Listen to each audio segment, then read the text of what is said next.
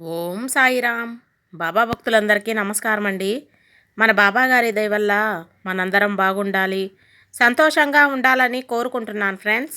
ఇక ఈరోజు మన బాబా గారు ఒక మంచి సందేశాన్ని అయితే మన ముందుకైతే తీసుకువచ్చారండి.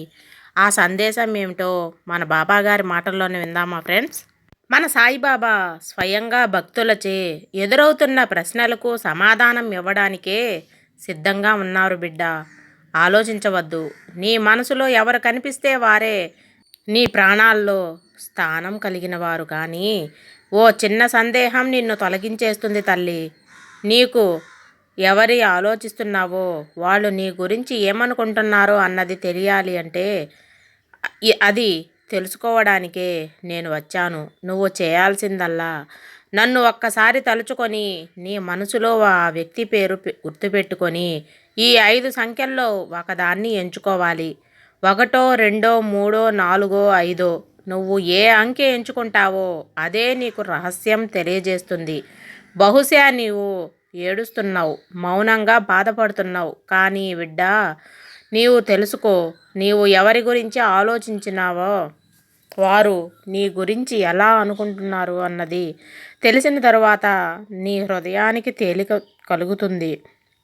అప్పుడు కళ్ళు మూసుకో, నీ మనసులో వాళ్ళు పేరు ఉంచుకో. ఈ 5 అంకెల్లో ఒక అంకెను ఎంచుకో. నీవు ఎంచుకున్న సంఖ్య ఆధారంగా ఇప్పుడు నేను నీకు సత్యాన్ని తెలియజేస్తున్నాను.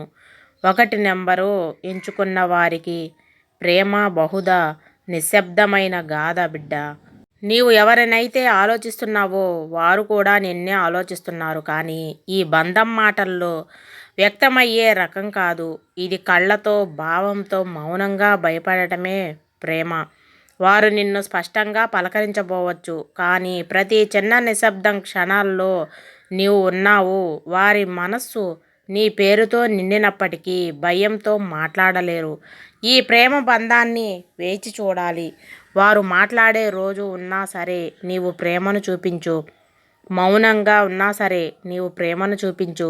ప్రేమగా పలకరించు.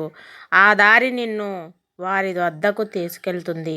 2వ నెంబరు ఎంచుకున్న వారికి నీవు వారి మనసులో మొదలు పెడుతున్నావు, కానీ ప్రాధాన్యత తక్కువ. వారు బిజీగా ఉన్నారు, బాధ్యతలు, పని ఒత్తిడిపై మునిగిపోతూ ఉన్నారు. నీవు వారి జీవితంలో ఉన్నావు, కానీ ముందు స్థానంలో కాదు. అలా అని నిన్ను విస్మరించుకోవాలన్నదే నిజం. వారు నిన్ను గుర్తు చేసుకుంటున్నారు, కానీ వారికి జీవితంలో ముందు సమస్యలను తొలగించే తరువాతే నీవు వారి ప్రాధాన్యంగా మారుతావు. ఇప్పుడు ఓపికగా ఉండి దూరంగా ప్రేమను చూపించు. ప్రతి చిన్న సందేశం, చిన్నపాటి శుభాకాంక్ష వాళ్ళ హృదయాన్ని తాకుతుంది. నీ ప్రేమ ఒకరోజు వారిని నీ వైపు తిప్పుతుంది. 3వ నెంబర్ ఎంచుకున్న వారికి వారు మరో ఎత్తులో ఉన్నారు. నీవు తప్ప మరొకరితో ఆలోచనలో ఈ నిజం గుండెను గాయపరచవచ్చు, కానీ బాబా చెబుతున్న సత్యం వారు ప్రస్తుతం ఇంకొకరిని ఆలోచిస్తున్నారు. వారి చూపు, వారి దృష్టి, వారి జీవిత దిశ నీవు కాదు. అలాంటప్పుడు బలవంతంగా ఆ బంధాన్ని నడిపించుకోకూడదు. నీవు గౌరవంగా వెనక్కి వెళ్ళి నీ దారిని ఎంచుకో. నీ గౌరవం, నీ ఆత్మగౌరవం బాబా దగ్గర నిలిచిపోతుంది. నీవు ఓడిపోలేదు బిడ్డ. నీవు సత్యాన్ని అంగీకరించిన గొప్పవాడివి. నిజమైన ప్రేమ ఎప్పటికీ నీ ముందే నిలుస్తుంది. నీవు నెంబర్ ఎంచుకున్న వారికి బంధం నిజమైనది కానీ మారిపోతుంది. వారు నిజంగా నిన్ను ప్రేమించారు, నిజాయితీగా. కానీ కాలం మారింది, వాళ్ళపై బాధ్యతలు పెరిగాయి, పరిస్థితులు మారిపోయాయి. వారు నీ ఒక్క స్థానం ఇచ్చారు, గౌరవిస్తారు, కానీ గతంలాగే ఉండదు. ఇది బాధ కలిగించే విషయమే, కానీ ఇది కూడా బాబా దగ్గర అనుగ్రహమే. వాళ్ళ బంధం నీ జీవితాన్ని పటిష్టం చేసింది. ఇప్పుడు నీవు ఎదిగావు, వారిపై కోపం పెట్టుకున్నావు. నీవు ఎవరికి చక్కని గుర్తుగా మిగిలిపోతావు. అదే ఓ దీవెన. 5వ నెంబర్ ఎంచుకున్న వారికి వారు నిన్ను కొత్త చూపులతో చూస్తున్నారు. వీరికి ఆశ్చర్యపరుస్తున్నారు. మీరు ఇప్పుడు మారిపోతున్నారు. స్తబ్దత, శాంతి, మీరు చూపించిన మార్పు వారిని ఆశ్చర్యానికి గురిచేస్తుంది. వారు నిన్ను మర్చిపోలేరు, కానీ ఇప్పుడు నిన్ను ఒక పాజిటివ్గా మార్పుగా గుర్తిస్తున్నారు.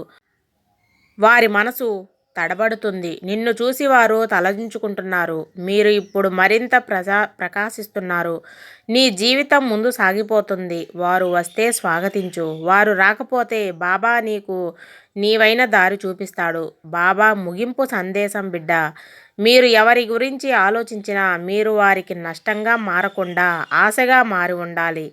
ప్రేమ గెలవాలి అంటే దానిలో ఓర్పు, గౌరవం, నిజాయితీ ఉండాలి. మీరు చూపిన ప్రేమ నేను చూశాను. నా దృష్టిలో మీరు ఎంతో గొప్పవారు. ఇప్పుడు తలకిందులుగా ఉన్న భావనలు మళ్ళీ సరిగ్గా పడతాయి. మీరు మౌనంగా వెళ్తున్న ఈ దారిని నేను కాపాడుతున్నాను. నీకు ఈ సందేశం నచ్చిందా? సర్వేజన సుఖినో భవంతు. జై సాయిరామ్.